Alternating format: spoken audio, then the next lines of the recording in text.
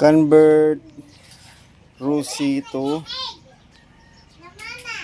non-keyless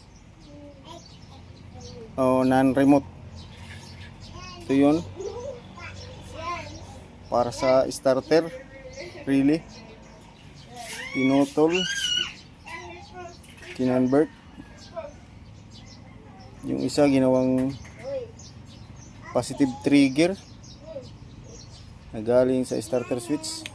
Yung isa ginawang ito yung positive trigger.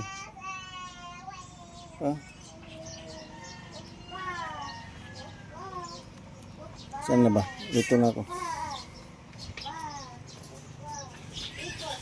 Ito yung positive trigger. Positive trigger, tapos ito linya sa brake switch. Brake switch.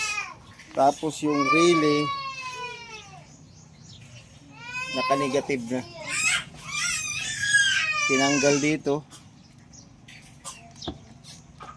Tapos yung relay yung relay naka-negative na. So ayan. Yan yung pagkagawa ng kinonvert ko na non-remote. So wala na siyang remote, nawala.